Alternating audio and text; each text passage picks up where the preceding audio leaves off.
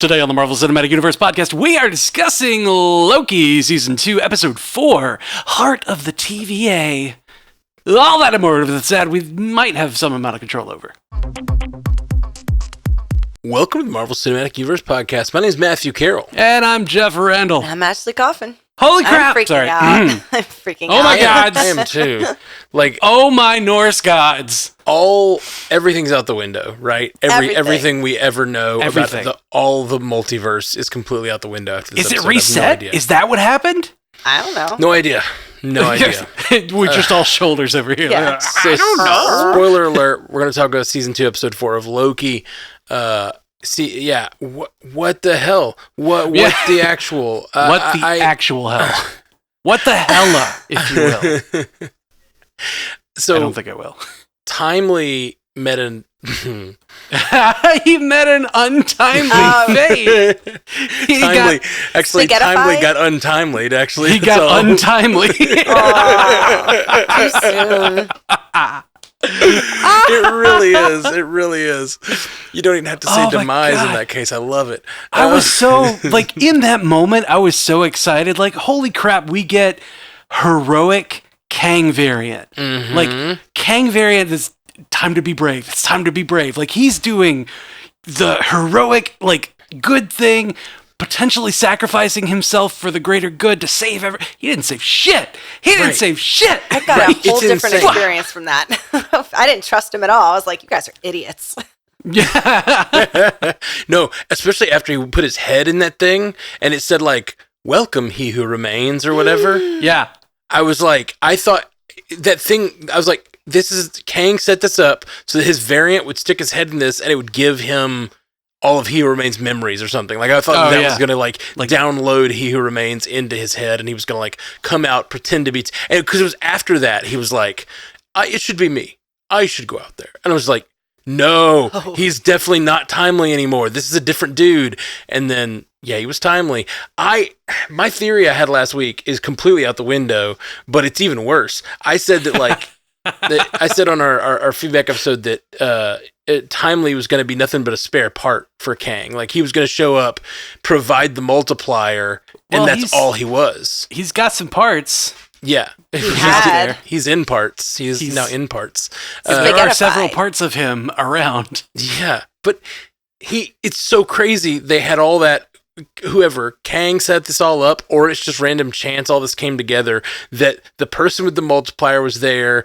OB, as they said, if anyone can do it, the two of us can. And they put their minds together across the multiverse. They gathered this group to solve the problem, and then they just didn't, and it just blew up. The entire first 4 episodes are complete, quite literally blew up in their faces. Yes, I kind of like that. Because you know what? Yeah. The more Sylvie's in there yelling at people and acting like she has any horse to ride into town on, I'm like, baby girl, this is your fault. Not only are you now the guys we need to burn it down and start over. He gave you that opportunity. You guys were going to be in control, which is what you guys are doing now. So why are we here? Why are we here? But yeah, I'm sure it wouldn't have been that easy, but still. Oh no, I love though that she shows up and is like, Mobius, what the ever-loving actual hell is wrong with you? You're going to eat pie? The universe, the multiverse is imploding on itself, and you are just like, cool, let's go have some pie? No! It's not okay! My notes before that is Mobius is the nicest. He's so great. I think it's great keeping everybody up, and then she went out there and tore him a second asshole. I was like, God damn. Well, somebody needed to say it. Yeah, and that's such an interesting take. And the lighting is different in that scene. They light Mobius with this down lighting. Oh, this episode, the amazing cinematography. Lighting. Completely.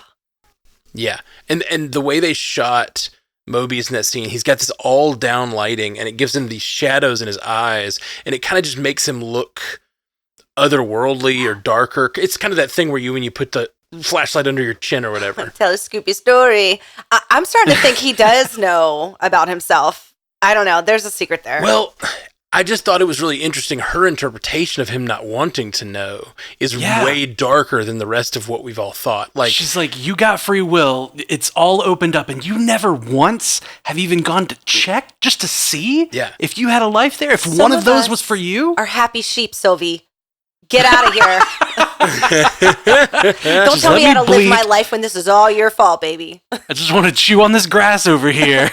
And live my happy little nut life, no problems. Oh, wolf, that's it. I'm loving the Sylvie. I think, you know, she's all about the freedom, man.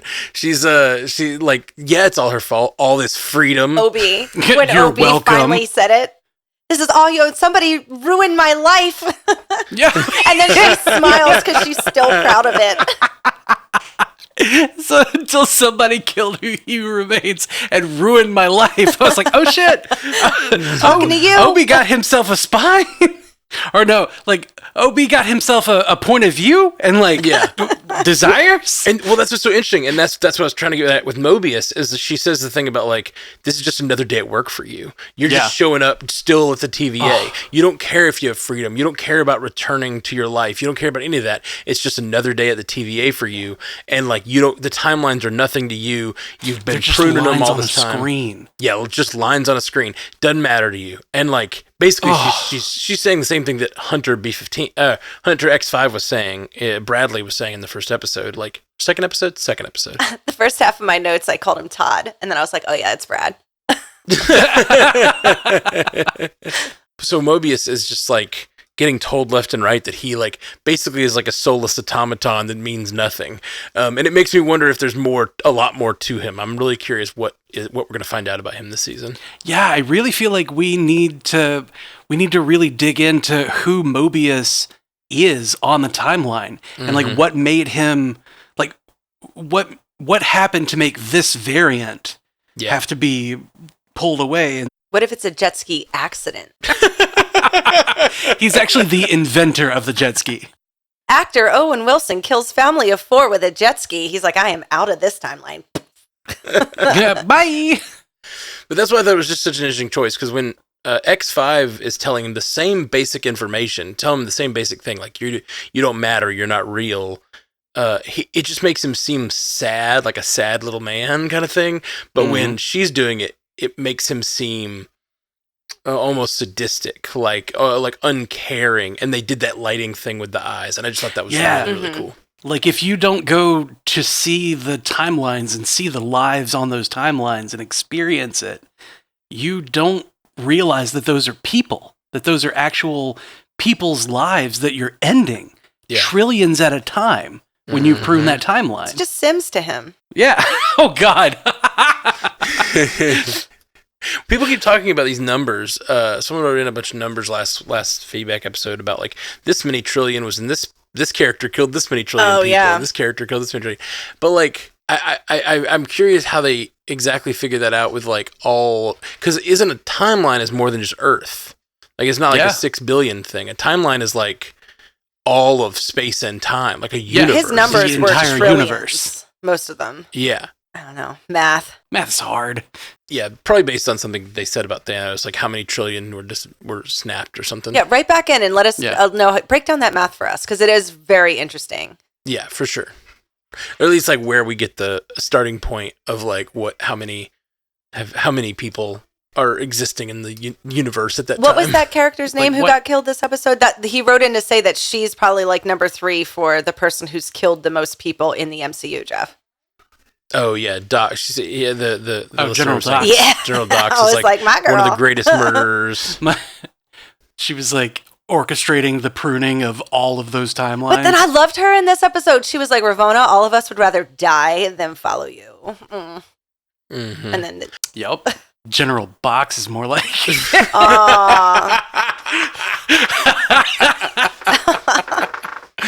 Oh man, Jeff. It's okay. That one's too soon. That was too soon. Thank you for the hand motions. Let me see it. I want to see it. I love when Bradley was like, it's a very small box. Oh, I know. Oh, he's so sinister. I was like, shut up, Brad. Miss Minutes is the one doing that. Like, she's also like, I feel like they didn't really give a chance for enough people to defect. I felt like more people would have joined their side. Yeah. Like, wait a minute, no, I was on the way over there. You made the box too big. There were too many people in the way. I was trying to get out of the crowd. I was being polite. I have social anxiety. Miss Minutes enjoying doing it was something I wasn't expecting to see. Right? Right? Yeah. That, like, sinister smile on her face. Like just joy in, like, crushing people down into a gelatinous cube. It was... That effervescent clock lady monster. I was like, I didn't need anything else to love her more. Yeah, I knew you would love that. And it was really, really freaking dark. She crushed it this whole episode, even with when they put Victor Timely in the Jerry Springer hot seat. When he walked in and sat down, they're like, Yep. About to find out who the daddy is, you know. But it's like, her. Thank God. The way she's like, both of you are okay. I gotta tell you something. You're never gonna be him. You know, it's just... Damn. That was dark, so lady. freaking creepy. The like flickering on and off, and like finally just landing on "You'll never be him," Monster. and then dead and rebooted. Like I keep thinking about the fact that like Miss Minutes might be gone, or Victor Timely's spaghettified. But then I think like not only is the TVA looks like it's been destroyed, but all of space and time, like all of the timelines look like they were exploding inside the loom. Like, did we just lose everything? We lost the MCU, guys. That was this is the last episode. Yeah, surprise, there's only 4. Surprise, there's only 4, and the whole MCU is done. Right, well, I'm kind of shocked it's not the last episode. Like, what, but also, like, I have no idea what that means. Like, that ending, I have no idea what it means for all of the loom to explode. Like, it looks crazy. My guess is they're going to fix it with time travel. Yeah. Well, I mean, but like how though? Yeah, but how though? No. Like, it's always the answer now. Ahsoka is just gonna pop out of a doorway. Yeah. And, like, oh, did y'all die? pull Let me somebody teach you how into to walk between worlds. yeah, they're gonna wake up in the world between worlds. Yep. So, Ashley, I saw you sipping on that wine a little bit ago. Did you drink your Z-Biotics beforehand? I did. I always make sure to drink my Z-Biotics before drinking now. I'm obsessed. Yeah. Matt, you had a show last week that you... I did. Did you drink yours beforehand? So you didn't feel like a zombie afterward? I got to try the Z-Biotics craze last Friday night. We did I had a show, and they always serve me too much whiskey at these shows.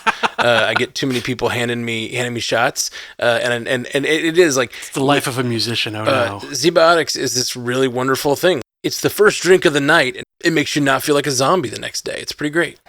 So for those of you who don't know what we're talking about, Z-Biotics is the maker of the world's first genetically engineered probiotic. It was invented by PhD scientists to tackle rough mornings after drinking. And basically, when you drink, alcohol gets converted into a toxic byproduct in your gut. It's called acetaldehyde. It's bad stuff. It's this byproduct, not dehydration, that's to blame for your rough next day. And Z-Biotics pre-alcohol probiotic produces an enzyme in your gut to break that byproduct down. Like this enzyme's normally made in the liver, but they're doing it in the gut, where that byproduct is.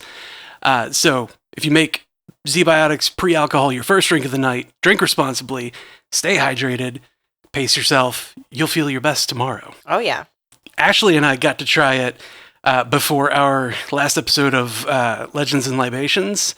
Very strong beers were being drank that night. Oh my goodness. And we do it early, and I am always hurting the next day. Like every single time we've done that, I've felt like I need 2 days to recover, give or take. And I have to go to work on Saturday, so we always do it Friday.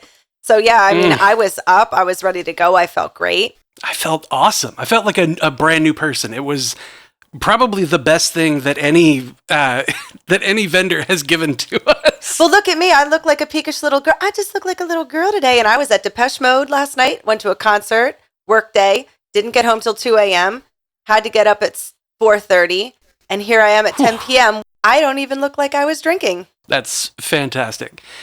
So Thanksgiving's right around the corner. Make sure you stock up on your Z-Biotics pre-alcohol probiotic before the feast. You'll be thankful that you did the next day. Go to zbiotics.com/MCU to get 15% off your first order when you use MCU at checkout. ZBiotics is backed with a 100% money back guarantee, so if you're unsatisfied for any reason, they'll refund your money, no questions asked. Remember, head to zbiotics.com/MCU and use the code MCU at checkout for 15% off. Thank you, ZBiotics, for sponsoring this episode and our good times. Yeah, it's got a great taste, too. Right? Mm-hmm. Like, you feel like a Witcher. Yeah, I feel like I'm taking and the little cool bottles are amazing. I just really like them. It's like the little potion. Yeah. You know? Yeah, it really like is. Dr. Jekyll, Mr. Hyde kind of thing. Like a little potion right before you have your fun. Yeah, man, it's really good. I found it very effective. So turning back to Loki, tonight's Loki episode, I just, man, so many crazy things. One of my favorite parts was Ouroboros saying, like, it's like a snake eating its own tail. Like, don't you know that that's where your name comes from? We were all Leonardo DiCaprio meme, like, you! That's you! Yeah, that's your name. We definitely were. We're exactly that. Yep. Or maybe he is where that comes from. Stories about that, like, would be interesting. His name. Yeah. Could be. But he's just been in a basement. Is it Norse religion that's from? The world serpent is that. It's Jormungandr is that serpent. I think, though, I don't remember. Okay. I don't remember exactly where it comes from. And I don't want to throw out suppositions. Mm-hmm. Well, speaking of where all this came from, we found out that the Citadel at the end of time was built not only by He Who Remains, but by He Who Remains and Ravonna. And Ravonna in her hunter outfit. Yeah. And I guess it sounded like General Ravonna because she was leading the armies. Yeah, I like it. I'd like to see more on that. Yeah. But I feel like we kind of knew that that's where it was going. I was like, either he was like, I built this temple for us to be married, or it was that she was, his right hand. Yeah. Mm-hmm. And then she walks off and he's like, execute order. Activate protocol 42. 4 + 2 is still 6. No. Whatever, grasping at straws. Oh, 66. I get it. Yeah. I was like, 66. I don't get it. It took me a minute. I'm not a Star Wars fan. I'm just sneaking as much as that in to piss that person off who doesn't like that we talk about Star Wars or anything else on here but Marvel. Well, the thing that interested me most about that scene was that once she was gone, he said, I'm sorry. Yeah, because he does like her. Well, it shows that there's something there, and there's like he still has a soul, at least at that point. You know what I mean? Like, that point at the end of time when he's finally got his everything's he deletes their memories, which we've talked about a bunch, but the fact that we see him give that directive is interesting. And then it's really interesting that he's just like, I'm sorry to no one. You know what I mean?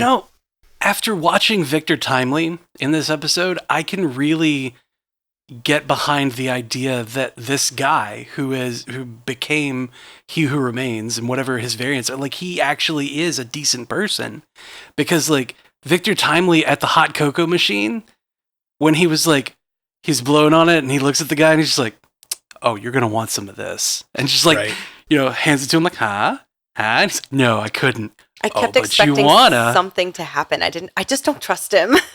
I was expecting him to just like throw it in his face or like hand it to him, have him sip and hit him in some way. But like, no, he was just genuinely being a nice guy. Like, here, you want some cocoa? This is going to make your day a lot better. I was like, how did you put the pruning stuff in the cocoa? And then I was like, oh, there's someone behind him. I thought that's exactly where my mind went too. I was like, did you somehow have time to make a pruning liquid pill? Capsule? Yeah. Oh my God. Yeah, I totally thought he was being pulling some kind of trick, and then he wasn't. Yeah. Just being nice.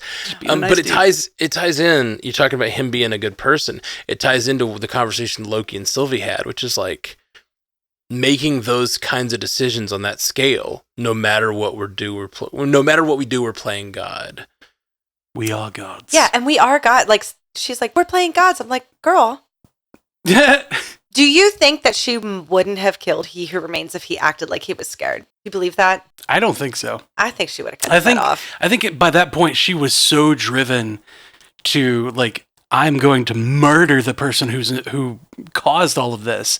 And, like, if he had acted scared and like tried to justify it, she probably would have been driven more to kill him. Like, how can you justify these atrocities? You're killing trillions of people over and over and over and over and over again to maintain this one timeline. Like, free will should be allowed to happen. And like, absolutely, she would have murdered him. Maybe Loki would have helped at that point. Yeah. Well, and it seems, I don't know. I think there's something to the idea that if he like was really whatever, like if he was regretful over what he had to do, but he was so sure of what he's doing. And I think that sort of like determinism is like what her entire character is railing against, Yeah. Like you are so sure that what you did was right. If he was like remorseful or felt like, and there's moments in there where he says stuff like, I'm just a necessary evil, like I have to do this. But yeah, she was pretty hell bent on it. And she says in this episode, like, maybe he was scared. Maybe I didn't notice. Maybe I wasn't paying attention, Yeah. It's so good, man. So good. I like when Miss Minutes was like, I know, I'm working on myself. And she was like, you have problems. Miss Minutes like, I'm working on myself. I don't think you are.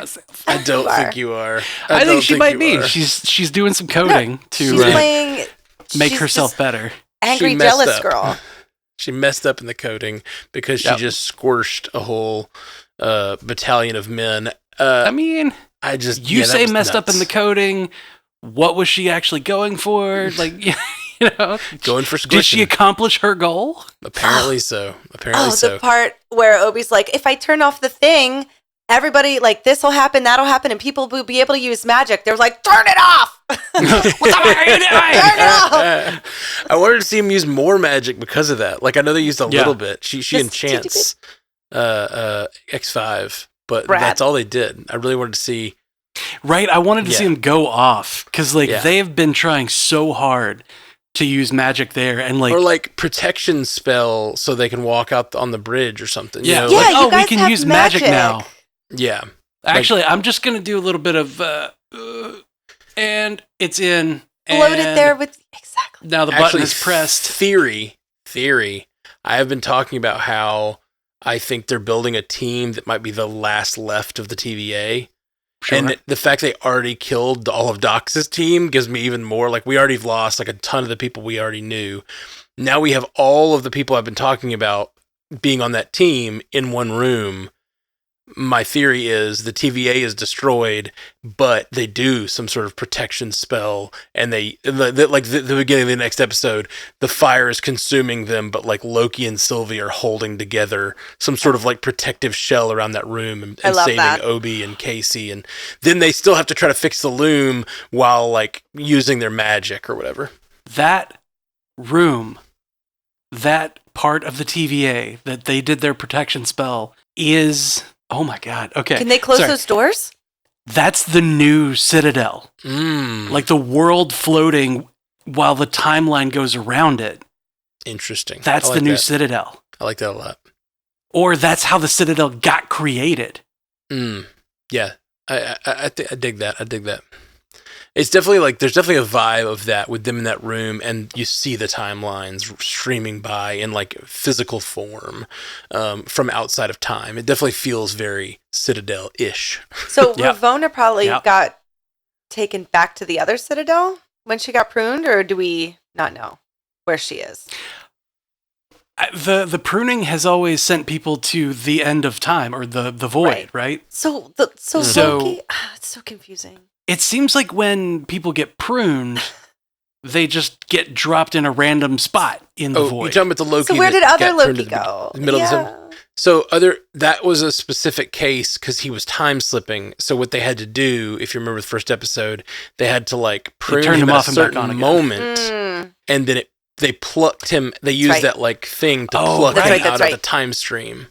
Because there was an amount of time that is that on the clock between that happening. Yeah, that was when he had the clock going. Okay, I was a little confused. And I guess like between getting pruned and like showing up in the void is that amount of time that was on the clock. Okay. Gotcha. Like, all right, Loki, you're on the clock. Let's go. Well, when they got to that elevator, I was like, oh, this is that scene.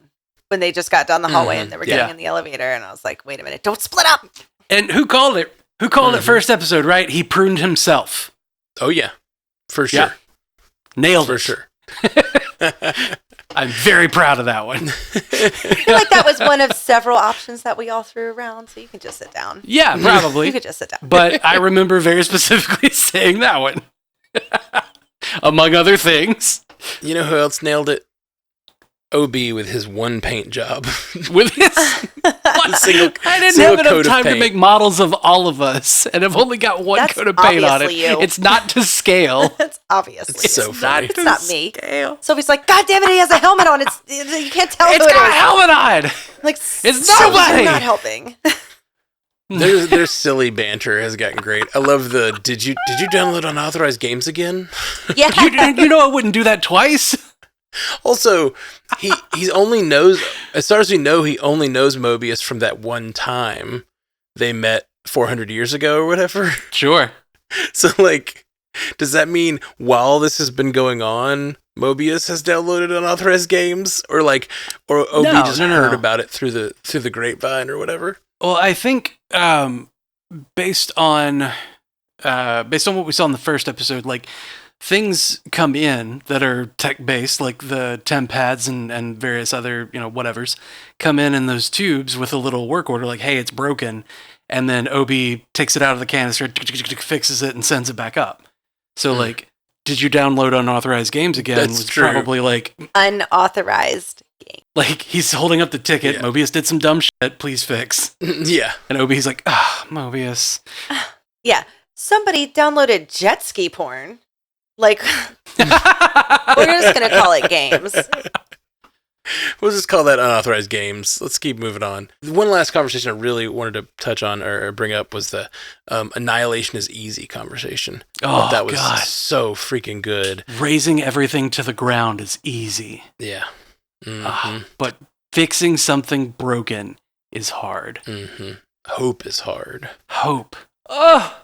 She's like, I didn't take you for an optimist. I'm like, yeah, I don't even know this Loki anymore. I like him, but I feel like I don't know. Teary-eyed Loki is not who I'm used to. Calm, reserved, hands in the pockets. Like, do you want to talk about your feelings? I'm like, who are you? I love you, but I'm not. You're supposed to be he's murdering. Still like, God, he's so hot. But still, like, he's just very calm. He's no longer throwing people out of buildings because, glow stick of destiny doesn't work. He talked about Thor 1. That was cool. Oh, yeah. That was cool. I was like, not the same, and you weren't really there to mock him again. You floated off into space. He was. Oh yeah, they got him. He was. After No, he was. That was right. It was in Thor, the first one. Like, with Thor, the battle on the Rainbow Bridge. Yeah. Okay. On the Bifrost, when he was like, "What's made you so soft?" Like. Yeah, okay. He was talking about that part. That's what he meant. He left out a few details. Sure, like he didn't specify. Like, back in like 2011. Well, I was trying to destroy everything. So I was trying. There I was. Bifrost firmly pointed at Jotunheim, going away. Like it was done. Just blowing it to hell. Here comes Thor. Soft as all hell, right? Yeah. Stops me. He just tells the entire plot. He does like a Luis style rant that like tells the entire story. He could just play it for her. They're at the TVA. He's like, sit down and watch this. Yeah, here, watch this movie. Yeah. God, that's all I would be doing. Just watching movies in the TVA? I mean, that's all I do. Mm-hmm. Just get out your nuts. Get out your various other snacks. Do you mean the ones from nuts.com? I do mean the ones from nuts.com because this episode was nuts. Okay, that's a bad joke. I'm sorry. Very, very smooth segue, Jeff. Yeah, it's only the best. So nuts.com. Simply the best. Is your one-stop shop for freshly roasted nuts, dried fruits, sweets, pantry staples like specialty flours, and more. Their wide selection means there is something for everyone. Like, Matt, you got a kid, right? A parasite now that's eating you out of house and home? What do they call the little rider fishes that, like, hang out on like the you're a shark? Yeah. Yeah, I'm the shark. I call them sucker fish. whatever those I've are. always called them suckerfish. I don't know what they're actually called. Tagalongs. Remora? Is that it? It might be. Ravonas. Ravonas. You got a little Ravona. I've got a little Ravona. So your snack situation probably needs to be a lot better. Nuts.com has subscriptions for those snacks that you can get and always keep your stuff in stock. They also have, my mom actually sent me these, and this is why I knew about Nuts.com before they were like, hey, let's give you money to talk about us. My mom sent me a couple of their gift baskets at one point where it's like, they send you a link and you go to their site and pick what things you want in the little slots in the basket. And I learned that if you get figs, Turkish figs, dried figs, don't put them in the center one because the center one's smaller than the other ones. And if you want more figs, you go on the outside. So real talk. Real talk. That's that learning that I got. Goodness, Steph.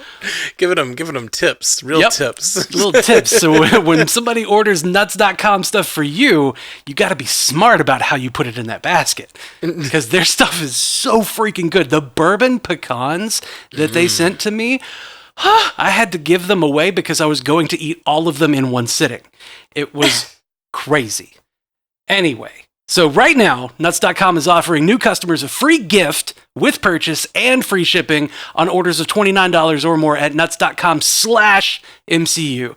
You go check out all the delicious options at nuts.com/MCU. You will receive a free gift and free shipping when you spend $29 or more. That's nuts.com/MCU. They are called Remora. But I don't. The ones that hang out on sharks are called Remora. Remora, good job.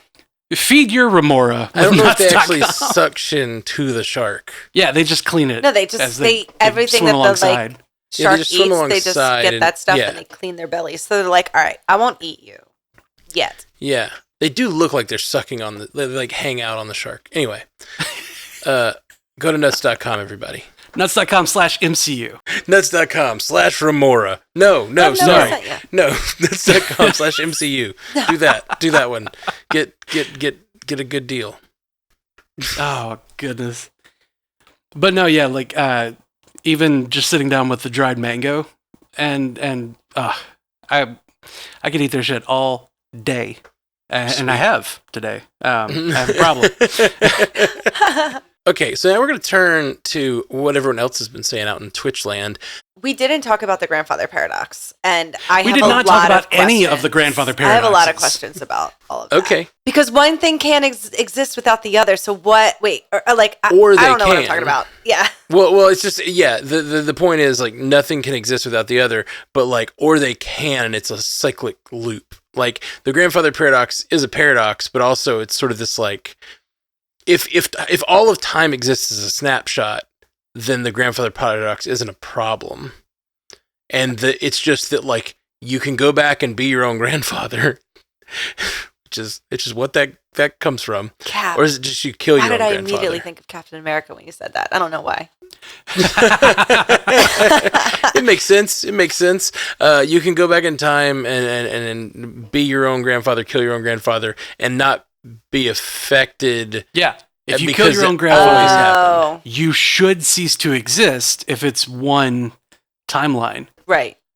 But it depends on the type of time travel as to whether it can work or not. But just also, crazy. With the multiverse working the way that it does in this, you basically just create a branch timeline. Mm-hmm. Like, if you kill your grandfather, there's a branch where you no longer exist. Right, and in my mind, like the Ouroboros and Victor Timely one is explained by this is just how Kang set it up. Right. Like, Kang gave the information about Victor Timely to Ouroboros, and he gave the notebook to Victor Timely from Ouroboros. So it's like both those people have this like weird connection to each other just because Kang set it up that way. But that's how I felt last week. But now Victor Timely's gone. But he did bring the thing. Maybe this is still like when we started this episode of the podcast. I was thinking all my theories are out the window. But now I'm thinking if they're still all alive and the timelines are intact and they're hanging out, being protected by magic, then maybe the whole Ouroboros snake eating its own tail of the whole thing could still happen. We got it wrong. And they still have the machine there. Jeff? They do. So Victor Timely still brought brought his spare part to the TVA, and that's all his. That's all his. He was created for that purpose, and he accomplished it, and was immediately spaghettified. Everybody's saying He Who Remains has orchestrated this, right? Like that's the whole thing. No. He Who Remains is the one who was allowed to remain and be a figurehead for the Kang that's actually running the show in the background.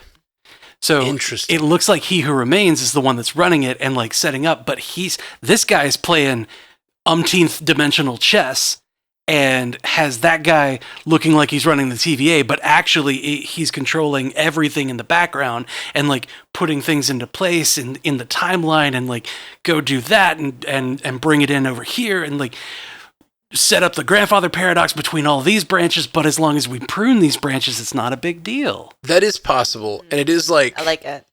I do think that like we're heading toward that. Like something like that is going to happen. Some manipulative force has been orchestrating this whole thing. Like I really feel like that's true. And with the end of this episode, I thought maybe I was wrong because like, but now I'm back to it. I really do think they're gonna survive this. And all those theories are still intact. But yeah, it's a question of whether the He Who Remains.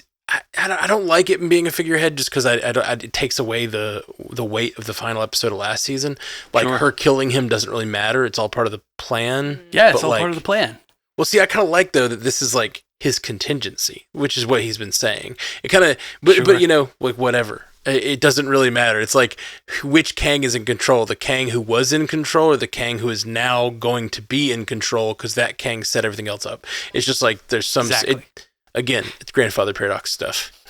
Well, all of this, how about, okay, so time is cyclical, right? And like, it seemed like it was going around the Citadel in a ring.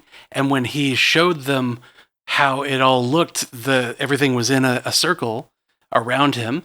Mm-hmm. So this has happened before, and this happens repeatedly. This is, oh man, yes, yeah, okay. All of this happens in order to build a bigger loom every time. Like the loom gets to the point where it can't handle any more branches, and then a new, like, you know, whichever, like Kang brings in a new loom to control it all and make it into a new thing. There's a new Citadel. That's why the Citadel's been broken down and rebuilt over and over again, because it's all just a cycle of him making bigger looms and drawing more power from all of those branches of the timeline. That's what's giving him power, is that temporal energy, right? Okay. And every time he builds it back bigger, he gets more power to use.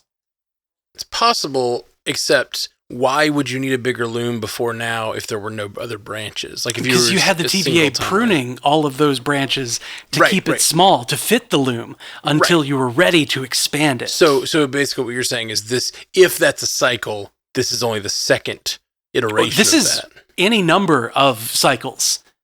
Because like all of those potential things that were still in line with the sacred timeline were like where, you know, the flux within the sacred timeline, all of that was okay because it was inside of the red line, which is how much the loom can take. So now when a new loom comes in, the red line gets expanded. You can take a little bit more. There's a little bit more possibility that can happen. It's possible. Yeah. It just depends on like what is Kang's goal. And I mean, it's kind of infinite because it's all these different Kangs, and like, who is the old Kang? What is the new Kang? Is there a version that is being sort of anointed by this process to become the new He Who Remains, to win the multiversal war? Again, why does He Who Remains want his timeline to win versus all the other timelines? Like, why does he choose that timeline? That's another like big question we still have. I don't know, man. It's crazy. Yeah, you don't want to pick the timeline with the Avengers in there because they're going to stop you. That's part of the plan. Oh no! Right, but exactly that they were part of the plan. Yep. They didn't stop him, apparently. Okay, let's do some of these feedbacks. The Keninator says, Chekhov's spaghetti theory. Yes. yes. Court OB says, the which is funny given OB. Court OB says the OB learned everything from Timely. Apparently. Yeah. That scene was cool. Yeah, it was cool. It was really cool. They were so excited. Yeah. It was really Can you great. inscribe my handbook? Oh, yes. Only if you inscribe mine. You wrote this book? He's like, yeah, I learned everything from a Victor Timely. And he's like, me. So that's me. Speaking of how Victor speaks, oh man, when Miss Minutes was breaking down and falling apart, and she said, need to mock. There's no need to mock. No need for mockery. Oh, that was so good.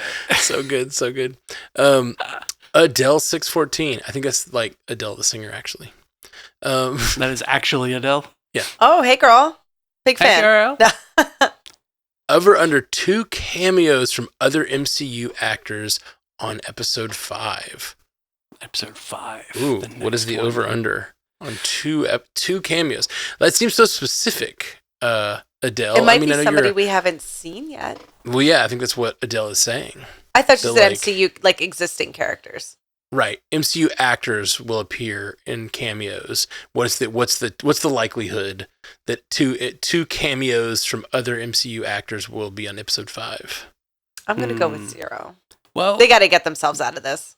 They got to get themselves out of this, but we do have the Marvels coming up. Like right at the end of the season. I feel like the Marvels is not going to connect to this. But I would love it if it did, because one of the best shining moments in the MCU was when we all went to the theater to see a movie right after. But part of the problem is this is coming out the exact same time as the Marvels. They're not like doing the Tuesday, Thursday thing. This is dropping the same day. They're getting a letter from me about it because I'm not happy. How can you even watch it in the right order? So, like, if they do something with the Marvels, what is the right order? Well, technically, what is the right order? That's not 100% true because we always go to the previewing. Technically, it comes out Friday. Yeah, technically it comes out Friday. But they moved it later so people could go see it, right? Like, wasn't that the logic behind that? I would think. I don't know. So why would you move it later unless you want the people to watch the Marvels first? I don't know. It's weird. It's a weird thing that they're doing that. It's just weird for them to drop 2 major Marvel properties. Isn't it an hour later? No, we debunked that. The Loki. Oh, we debunked that? Yeah, we did. Jeff looked it up on their page, which we still have to check again. Okay. Because I don't trust it.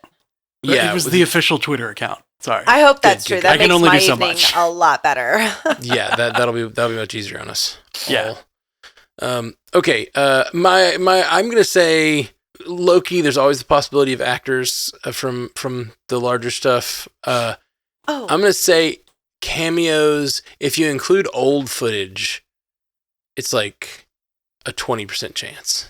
So, I was watching episodes 1, 2, and 3 over the past couple of days, and when I ended 3 earlier, it was like 6:01 p.m. and I was like, "Why are you not playing 4?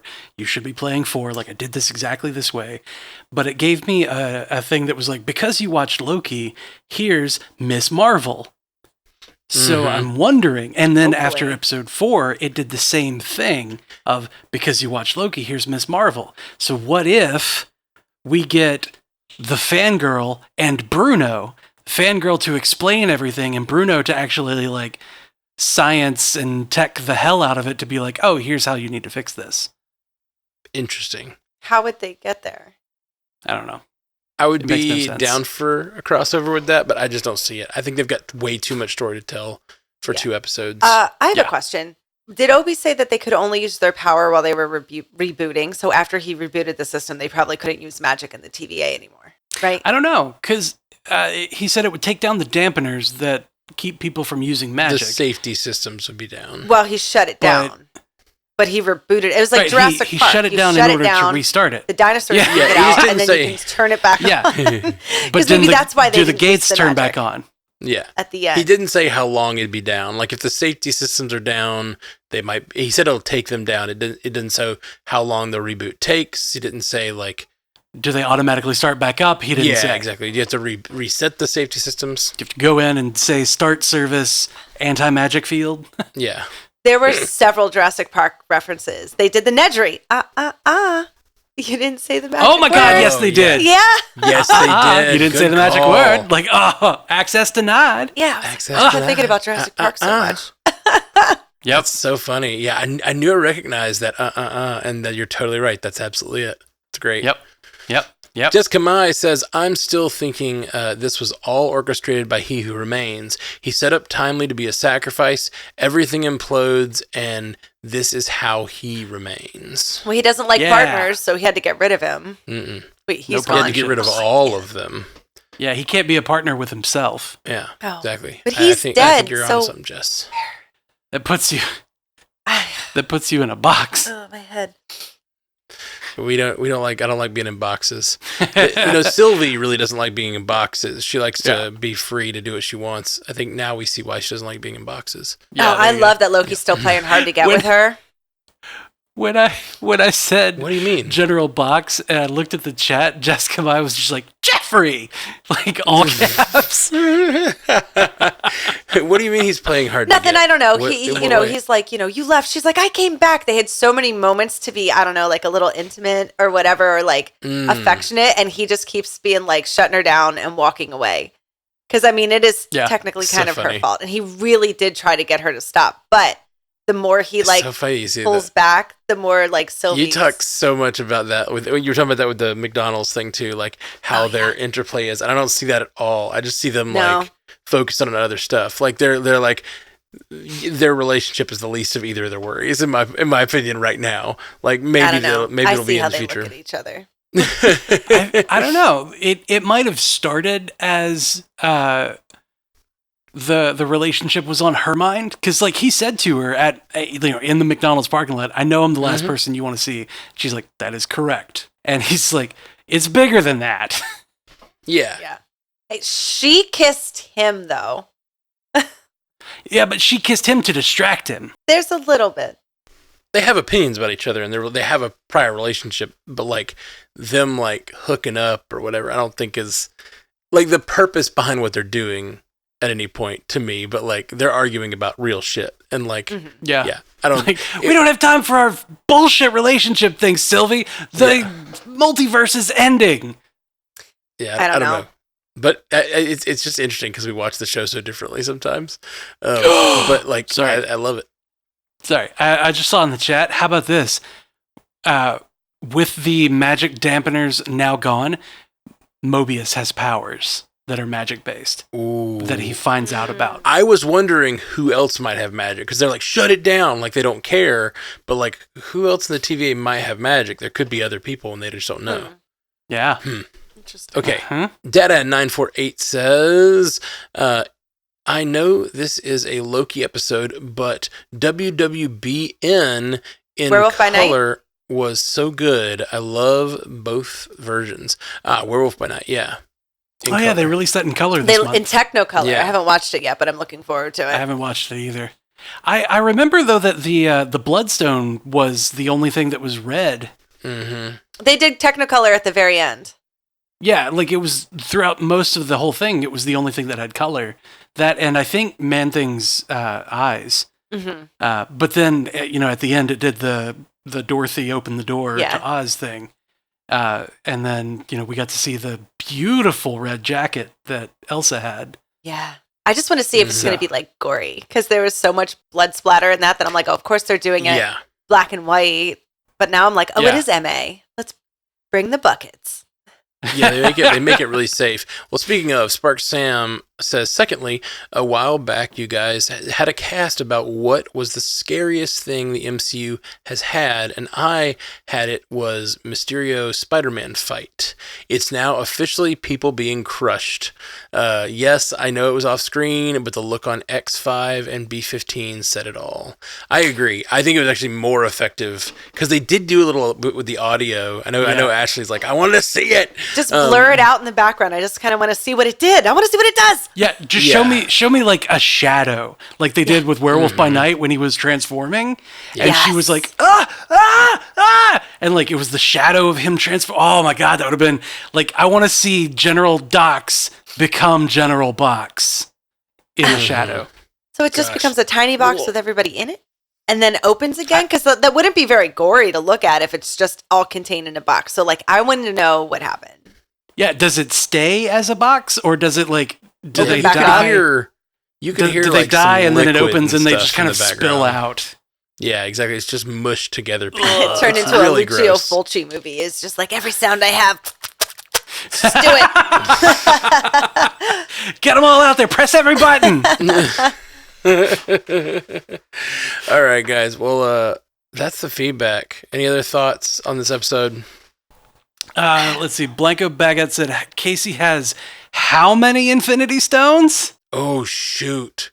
Do those work Time now? doesn't work in the oh, man. They do. Time stones. Do. And Casey has a bunch of them. That's a really good question. Casey's like, yeah, we get a bunch of those. Yeah, but like, what if he just has, he has so many in his desk. What if he has one in his pocket and he has like, I don't know, the reality stone, the time stone. Like, what if he can reverse the whole, what if he reverses the spaghettification and everything, like brings it back a few minutes or whatever? That's my red string theory. That's Do good. That's that. good. That's really good. That's your Infinity Stone. It's red string theory because it's bloody. Yeah. Yeah. Victor Timely's nothing but red string theories now. Rewind back into people? That's not so bad. Can we watch those like unfold? Oh, gross. Does it like unfold into like people that are screaming like, what is? Yeah, we can't watch it in forward, but it's just under the like sensors to like let people be unsquished on screen. Yeah, watch them reassemble. Dox's team assemble. Victor gets like reformed. He's just like into a Victor, and he's like, I feel weird. I feel funny. Somebody peed my pants. Oh man, I'm so really enjoying Victor untimely demise. He got untimely. Yep. I liked that it was like not on purpose. I was like, he met his. Oh, you were disappointed in your own pun, like the pun that I didn't mean to get to. And we're like, Damon in House of the Dragons. I was like, say it. I realized that I was making a couple of strange noises. I wanted to mention Jonathan Majors' use of like mouth closed squeals in this episode was fantastic. Because like the way when he found out that OB was Ouroboros, he was like, like it was so great.